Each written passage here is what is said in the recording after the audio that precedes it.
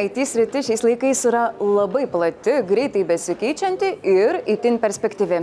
Šiandien pasikalbėsime ne su tais, kurie kuria galutinį IT produktą, bet su jų vadovais, kuratoriais ir galvomis. Pirmiausia, susitiksime su IT produkto vadovu Tadu, kuris atskleis, kokį svorį jo įmonėje turi ši pozicija ir kaipgi atrodo itin kompleksiškas jo darbas. Vėliau susitiksime su IT inžinierių komandos vadove Kotryna, kuri į IT sektorių atėjo ieškodama gyvenimo ir darbo balanso. O galiausiai, kaip ir visada, pasimatysime su personalo atrankų specialiste Rita, kuri papasakos, kokios gi galimybės yra Lietuvoje, jeigu iš tiesų matote savo ateitį panašiose pozicijose.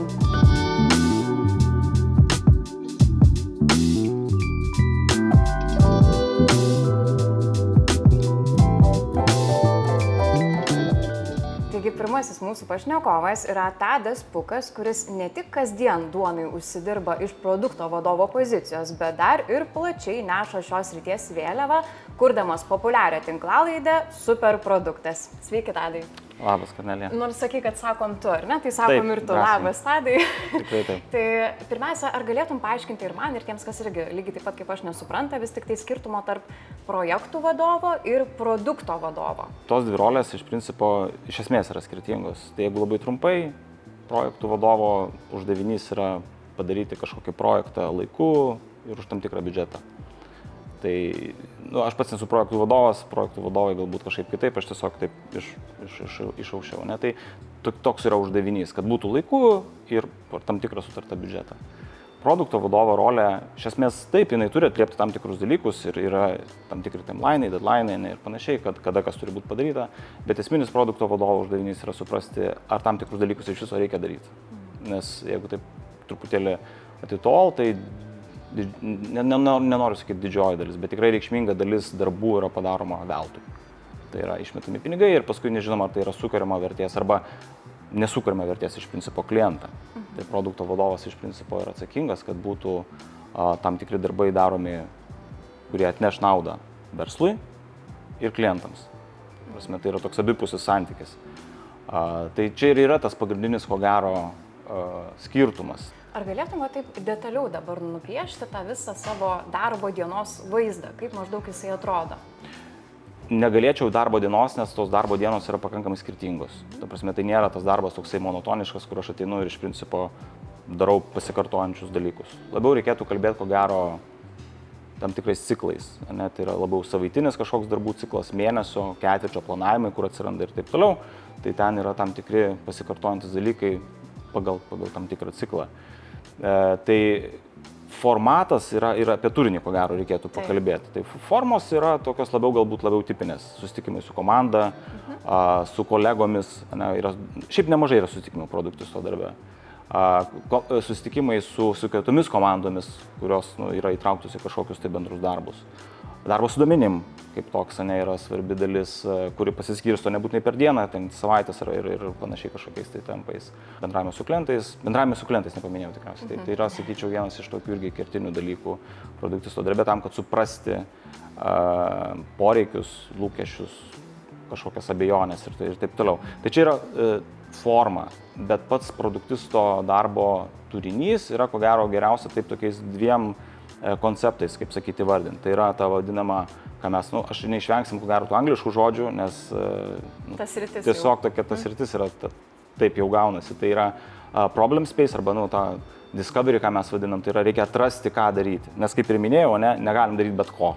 Svarbu, kad tą, ką darom, neštų vertę verslui ir klientam. Tai vadinasi, pirma dalis darbo iš turinio perspektyvos yra tas discovery's. Tai problematika. Mes turim suprasti aiškiai verslo tikslus, pirmiausia, mes kokio verslo siekiame. Ir tie tikslai gali būti įvairūs ir skirtingi, priklausomai nuo organizacijos. Kliento poreikiai, ko klientai nori, ko jiems reikia. Ir reikia susiderinti. Ir trečia dalis yra techninės galimybės. Kad mes galim kažko labai daug norėti. Prieš keletą metų, dabar AI visi tie dalykai labai populiarūs, taip jos dabar bus galima greičiau įgyvendinti produkte, negu, sakykime, prieš kelis metus, nes tiesiog tokių nebuvo galimybių. Tai mes galėtume norėti, bet techniškai negalėtume tikriausiai to padaryti. Tai čia tai yra viena darbo dalis iš turinio perspektyvos discovery's. Tai yra, ką ir kodėl verta daryti. ten ir prioritizavimas tam tikras atsiranda ir taip toliau. Antra darbo dalis yra tas delivery, tai yra jau executionas, įgyvendinimas tam tikrų dalykų, ką mes susiplanavom ir sakom, aha, turim 10 dalykų, kurie mums yra įdomus, bet svarbus yra pirmi 2, pavyzdžiui, ne? Ir tada juos reikia įgyvendinti. Bet tam, kad įgyvendinti, tai nereiškia vien tik tai, suprogramuoti, pavyzdžiui, ne? Turim įgalinti klientus, kad jie naudotųsi sukurtais dalykais, ne? Tai atsiranda klientų įgalimas, jų paaiškinimas ir taip toliau.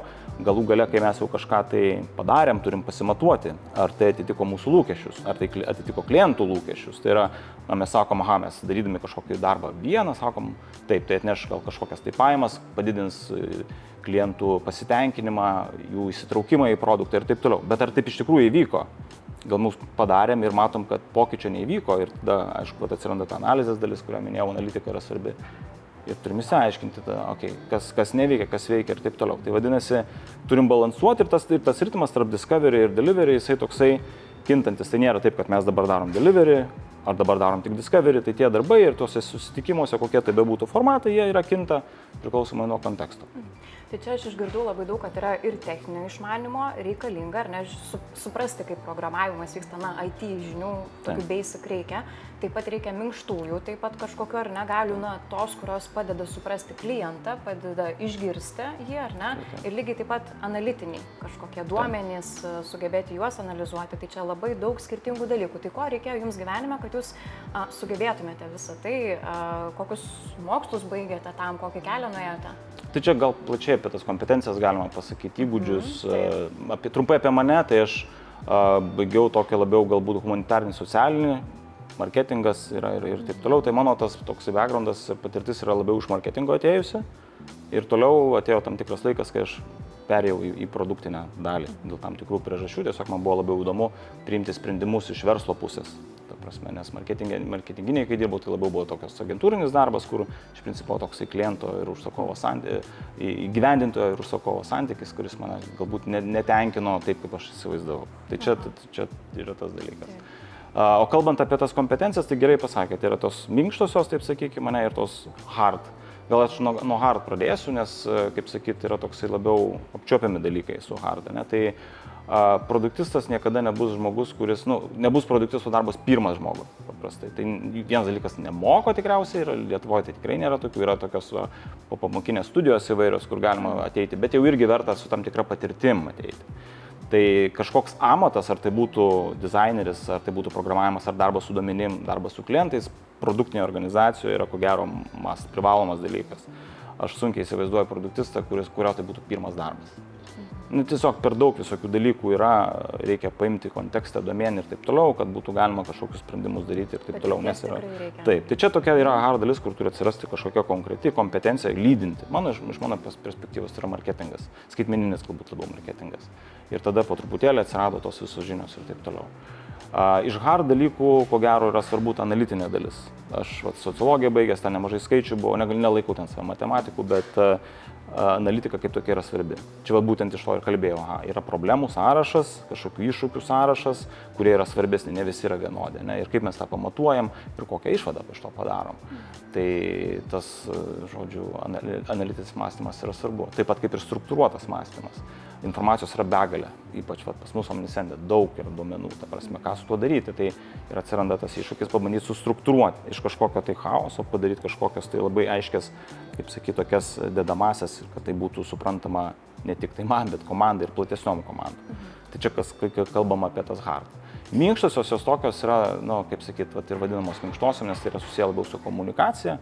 Tai ta komunikacijos, kaip sakyti, kompetencija irgi svarbi, nes tai yra susijęs su pasakojimu tam tikru. Ne? Tai jeigu aš dabar čia prianalizavau ir pamačiau kažkokių dalykų, bet negebu tai papasakot ir papasakot ne tik tai savo komandai, bet ir galbūt vadovam arba kažkokiem kolegom, tai jie liks nesupratę ir tada nebus aišku, čia tikrai verta daryti. Tai skirtingomis jų kalbomis irgi reikia sugebėti paaiškinti. Tikrai taip. Tie kontekstai skirtingi, su kuriais produktistas dirba, irgi yra labai svarbu. Tai va tas, kita minkštoji tokia yra tas atsitraukimas, ne, iš paukščio skrydžio pažiūrėti, iš biznio perspektyvos, būti, kaip vadovo žiūrėti, ar tai tikrai suprantama ar verta, bet reikia kartais, kai dirbi su komanda, nueiti tas detalės ir pakalbėti apie tam tikrą, kaip mes implementuosim vieną ar kitą dalyką. ir kuris būdas ir variantas yra geresnis šiai situacijai. Ir tinklalaidą dar kažkaip pavyksta įterpti visame. Dabar truputėlį taip paleidęs, bet taip, tai buvo irgi viena iš tų minčių, mokymasis, vat, kalbant apie tas kompetencijas. Manau, kad produktisui svarbu iš tikrųjų tas nuolatinis mokymasis. Ta tinklalaidė iš principo taip ir gimė, iš noro mokytis, iš kitų žmonių, praktikų, ta prasme, tam tikri dalykai. Tai. Ir pabaigai labai įdomioji dalis, aišku, ko reikia, norint pretenduoti į tokią poziciją. Dar kartą, šiek tiek jau buvo čia paminėta, bet taip reziumuojant. Nėra lengva atsakyti, iš tikrųjų, nes labai priklauso nuo žmogaus konkretaus. Bet aš taip sakyčiau, gal pirmas dalykas tai būtų pačiam savo sakyti, kodėl aš to noriu. Turėtų būti aiški motyvacija. Čia nuo to reikia pradėti, ne? Ir tai reikia suprasti, kad reikia įdėti kažkokių pastangų.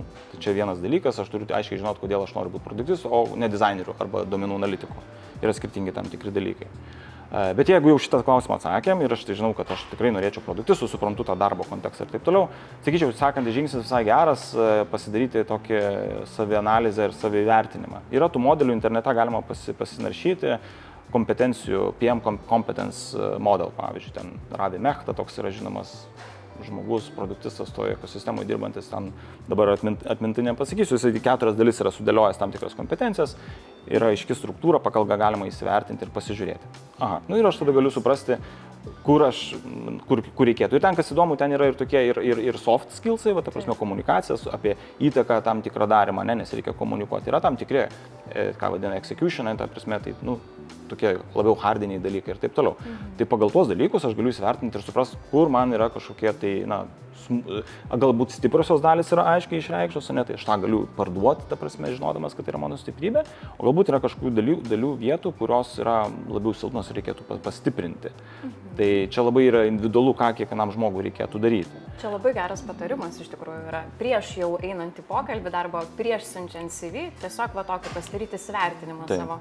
Čia, manau, iš viso labai yra svarbu, tokį turėti supratimą, tai yra ką aš galiu ir ko reikia rinkoje. Ta prasme, ir tie dalykai keičiasi laikui bėgant, ta prasme, tai turėti kažkokį tai kompanijų, galbūt sąrašą, bandyti apie jas suprasti, kaip jos veikia, ko joms reikia tuo metu ir ką aš galiu pasiūlyti, nes blogiausia būtų situacija tikriausiai tokia, kad tie lūkesčiai prasilenkia kažkur, ir vadinasi, darbas yra beržės iš abiejų pusių. Tai šiai sugaištas laikas gaunasi. O jeigu jau gavo žmogus pakvietimą į darbo pokalbį, kaip jam reikėtų pasiruošti?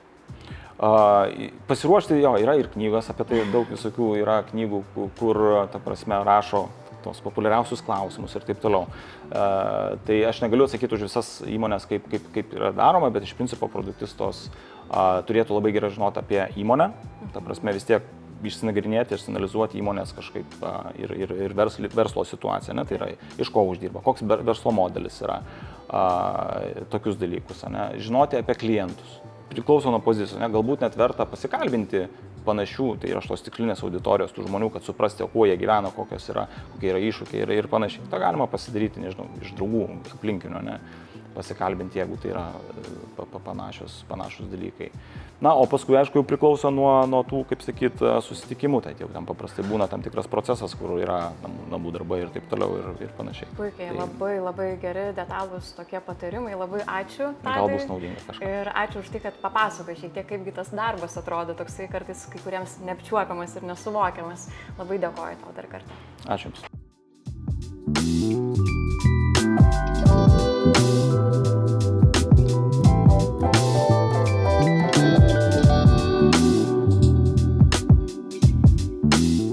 O dabar keliamės į pokalbį su IT įmonės inžinierių komandos vadovė Kotryna. Sveika, Kotryna. Labas, Kornelija.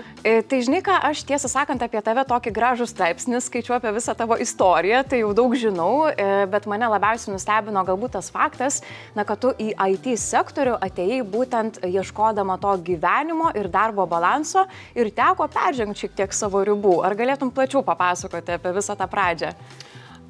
Taip, mano gal pradžia buvo tokia, sakyčiau, bandymų, nes dar dabar atsimenu universitete, dar žmogiškųjų išteklių paskaitoje reikėjo susidėlioti savo 5-mečio planą ir aš ten buvau parašęs, kad noriu viešųjų ryšių, noriu digital marketingo, skaitmeninio marketingo, noriu organizacijos, noriu agentūros, nieko nesupratau tuo metu, ką aš ten rašau, bet su tikslais taip jau būna, kai atgula ant popieriaus lapo, jie kažkaip magiškai išsipildo, tai mano ir prasidėjo ta pradžia viešuosiuose ryšiuose, bet labai greitai aš iš tiesų supratau, kad rašymas, renginių organizavimas yra ne man, sekmadienį aš nenorėjau eiti į darbą. Ir tada kažkaip gavosi, kad aš atsidūriau mažoj agentūroje, kuri vat, būtent dirba IT sferoje, labiau gal specializavomės marketinge, bet ten prasidėjo tas mano tikrasis IT kelias ir, sakyčiau, juodu darbu, tokio 24 valandas per parą, tos kompetencijos pirminės ir kažkaip užaugo tenais. Tada pradėjau migruoti po organizacijas ir dabar esu čia, tai sakyčiau, esu tam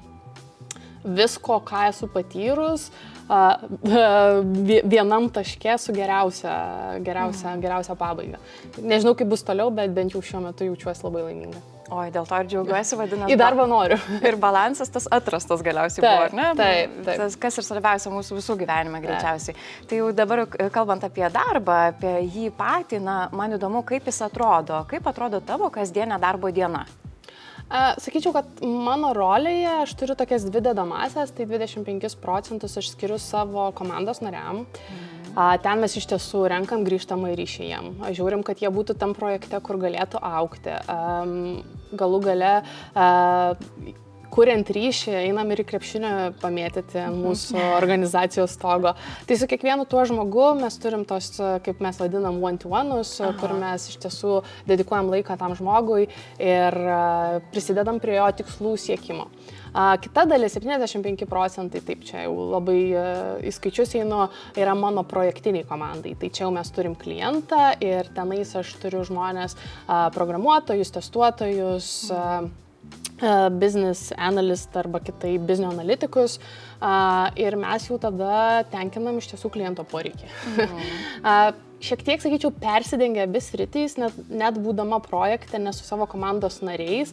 Manau, kad dengiu kažkiek ir to tikslų siekimo, kad kiekvienas žmogus augtų, būtų iš tiesų laimingas. Tai maždaug taip atrodo. Jeigu kalbant apie mano dieną, tai susideda daugiausiai iš susitikimų, arba su komanda, arba su klientu. Aš manau, kad mano rolė yra tokia labiausiai taškus sujungianti ir nardanti tarp labai skirtingų komunikacijos lygių. Nes su programuotoju gali iš tiesų bendrauti vienaip, su klientu, kuris yra Amerikoje, bendrauji dar kitaip. Tai toks, sakyčiau, šiek tiek kartais jaučiuosi kaip skėtis. IT yra tas sektorius, kur, iš tiesų kiekvieną sekundę atsiranda kažkokių naujovių. Procesai, komanda, kai skirtingi žmonės, yra labai daug sudedamųjų dalių ir to kompleksiškumo gana daug.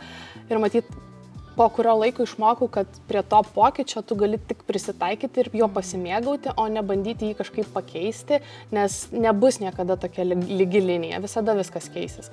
Tai matyt, kažkurio momentu pradėjau mėgautis tuo pokyčiu, kiek jo galima mėgautis. Tikrai nemanau, kad esu jau dabar tobulume šitame darbe, turiu omeny. Visada yra kur tobulėti. Taip. Bet matyt, gal pagrindinės buvo pamokos tokios, kad su kiekvienu žmogum tu turi bendrauti kitaip vien dėl to, kad jis yra kitoks individas, kartu, kad jo rolė yra kitokia. Ir gal pabaigiant dar tas komandiškumas, aš visada sakau, kad IT sferoje vienas lauke ne karys. Taip, tu kaip ir galėtum sukurti kodą, jį patestuoti, gal padizaininti ir panašiai, bet iš esmės geriausiai tai veikia komandai, nes iš kliento ateina poreikis dažniausiai būna nelabai, aiškus, jį reikia šiek tiek pavirškinti, tai atsiranda arba mano rolė, arba product manageris. Ir tada jau programuotojas kažką sukuria, bet jisgi sukūręs nepadeda tiesiog, kolegos peržiūri kodą, pasiūlo kažką geresnio, arba pritarė, kad tai yra geriausias kelias. Tada ateina testuotojas ir panašiai. Tai kitaip tariant, visas tas procesas susisuka tokia komandiškumą. Kas tau labiausiai patinka? Koks elementas visuose šituose tau artimiausias sielai? Pirmoje vietoje vis tiek dėčiau tą komandos jausmą, komandiškumą. Matyt, visi esam, gyvenam sociume ir tas bendravimas yra pirmoje vietoje, antroje vietoje tas tikslo turėjimas ir vertės kūrimas. Kai tu žinai, kodėl tu darai dalyką, man yra be galo svarbu ir manau, kad tai kaip ir padeda motyvacijai. O jeigu dabar jau pabaigai čia tie, kas mūsų klausos, kažkaip galvoja, kad visai čia įdomiai skamba, viskas gal visai norėtųsi iš tikrųjų eiti į tą vietą, būtent tavo pėdomis, ką tu jiems pirmiausia patartum daryti? Tai gal grįžčiau į pradžią mūsų pokalbio, paklausiu savęs, kaip sekmadienį jaučiasi ir ar nori eiti į darbą. Jeigu atsakys savo ne, paklausti apskritai, ar IT sfera yra ta, kur kažkada kažką galvojo apie tai. Trečias dalykas, jeigu jau irgi atsako taip, tai pasidomėti aplink. Iš tiesų, dabar IT sferoje dirbančių žmonių yra labai daug. Man atrodo, esminis dalykas susirinkti tą informaciją iš tikrų žmonių, kurie dirba skirtingos įmonės. Ačiū tau, Kotryna. Vienas iš pavyzdžių čia sėdi. Taip, nes iš tiesų vienoje IT įmonėje vyksta procesai vienaip, kitoje kitaip, tai tu tikrai negali spręsti iš vieno žmogaus.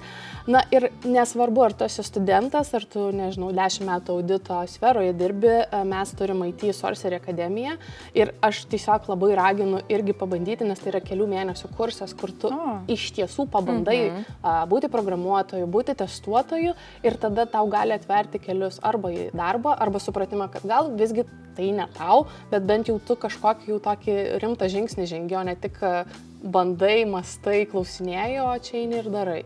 Iš tiesų, čia labai geras toks užbaigimas ir norėtųsi tikrai patarti, atrodo, visiems žiūrintiems pasimatuoti tą profesiją šiek tiek, pasižiūrėti, kaip ten jautiesi ir tada jau žinosi, reikia ten eiti kažkur į priekį, tobulėti, stengtis, dirbti kartais 24/7 ar ne, dėl ateities gražios ar ne. Tai ačiū labai tau dar kartą, Kotryna, už tavo laiką ir už labai gerus ir patarimus ir tavo asmeninę istoriją, kas, turbūt tikrai ir yra svarbiausia ir įdomiausia. Ačiū labai.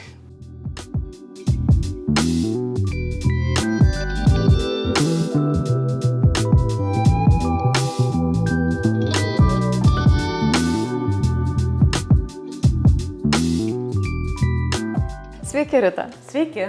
Tai pasikalbėkim šiandien apie turbūt vieną geidžiamiausių, gal ir ne ir augančių pozicijų tokių, tai IT projektų vadovai. Būtent IT sritis. IT sritis, kaip žinia, tikrai labai populiarėja ir ypatingai matyti jauni žmonės nori rinktis vieną ar kitą poziciją, o kokių jų, daugiausia darbdaviai ieško, ko konkrečiai? Tai iš esmės dažniausiai tai ieško programuotojų. Bet kad darbas būtų atliktas laiku, tinkamai, vietoje, tai tam reikalingi IT projektų vadovai. Ir projektų vadovai nebūtinai turi būti buvę programuotojai, bet turi labai gerai perprasti šią sferą. Ir čia jau prasideda visai kiti reikalavimai nei programuotojam, kur dažniausiai programuotojam keliami labai techniniai, specifiniai reikalavimai, programavimo kalbos, testavimas, analizavimas ir panašiai. Tai IT projektų vadovų specifika yra tokia, jau tarpinė tarp programuotojų ir tarp kliento. Kad susikalbėtum ir su tuo, ir su tuo. Kai iš kliento gauni užduotį, tu turi ją paversti tiesiog, tokia specifikacija ir techninėmis užduotimis, kurias turi išdėstyti laike, kuriom turi numatyti biudžetą ir parinkti programuotojus, kokia seka, koks darbas turi būti atliktas. Tai, žodžiu, klientai dažnu atveju turi kažkokią tokią abstraktesnę viziją, kokia ta užduotis arba dėl ko kreipiasi ir visą tai IT projektų vadovas paverčia į techninę kalbą. Dažniausia reikalavimuose būna, kad turėtų apskritai projektų valdymo patirties, bet kai kurios įmonės prašo, kad apskritai žmogus, projektų vadovas turėtų sertifikatą, projektų valdymo specialisto sertifikatą. Tai čia kokia galima matyti ir kaip galimybė. Pavyzdžiui, tu nebūtinai baigi IT sritį, bet jie domiesi, joje gyveni ir matai, kad tau tikrai sekasi sužiūrėti projektus, tu gebi organizuoti darbus, tu gebi prižiūrėti, kontroliuoti, sekti, prisitaikyti. Tai išsilaikius tą sertifikatą tiesiog, tampi tokiu rimtu IT sferos darbuotoju. Čia skamba kaip tas sritis, kurioje labai daug įvairių terminų ir ypatingai, anglų kalba jie yra, tai ir su klientais tikriausiai reikia, ne lietuviais dažnai bendrauti, tai ir ta kalba tikriausiai yra šioje srityje be galo svarbi, anglų tokia stipri, kad būtų, ar tiesa? Informacinių technologijų srityje apskritai anglų kalba yra kaip savaime suprantamas dalykas ir būtent techninė anglų kalba. Labai dar kas svarbu projektų valdyme, tai tas agile metodas arba prisitaikantis, prisiderinantis metodas, tai irgi kaip savaime suprantamas dalykas, bet anglų kalba tai net gali net nepradėti, jeigu nori dirbti IT srityje, tai yra savaime suprantamas dalykas. Kaip dar pretenduoti į tą savo svajonių poziciją? Tai žiūrint į tą kelią, kaip ateina iki projektų vadovų, tai dažnai tai būna vis tiek kažkokį tai santykį su IT sritimi turintys darbuotojai ir būna labiau dirbantys su duomenų analizavimu, sakysim, duomenų analitikai, apskritai IT srities, ne projektų, bet produktų vadovai. Žodžiu, jie kažkiek domisi tą sritimi, tai ateina iš IT srities. Iš šono labai retas kuris. Tai jeigu galvojate apie darbą IT projektų vadovo pozicijoje, tai turi būti jau jūsų kraujyje. Iš esmės, tai tas sritis turi būti jums natūrali.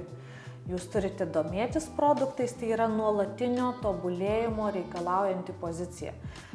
Tiek, kiek keičiasi informacinių technologijų srityje naudojami įrankiai, metodai, projektų valdymo sistemos, apskritai naujovės, kaip jos greitai atsiranda, kokia yra dinamika. Tai yra nuolatinis domėjimasis. Niekad negali sustoti, negali sakyti, kad aš dirbau su šitu įrankiu prieš 3 metus. Ne, tai gali visiškai nesuveikti šiandien. Ar matote rinkoje tą tokį, būtent kalbant apie darbo skelbimus kažkokius? IT projektų vadovai, tai matom, kad kartais slepiasi po kitais pavadinimais. Ai, va kaip. Taip, nes, pavyzdžiui, kartais projektų vadovavimas priskiriamas IT, sakysim, architektui. Kartais priskiriama vyr programuotojai.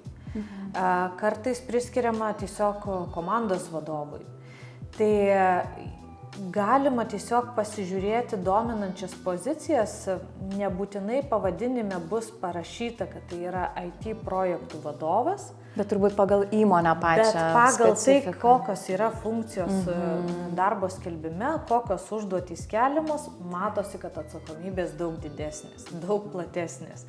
Todėl taip, žiūrint vien pagal pavadinimą pareigų, skelbimų gal ir nebus daug, bet pažiūrėjus daug plačiau, pamatysim, kad IT projektų vadovų poreikis tikrai yra didelis. Panašu, kad jeigu mažai rinkoje, tai tikėtina verta tokiu būti. Ačiū labai Jums, Rita.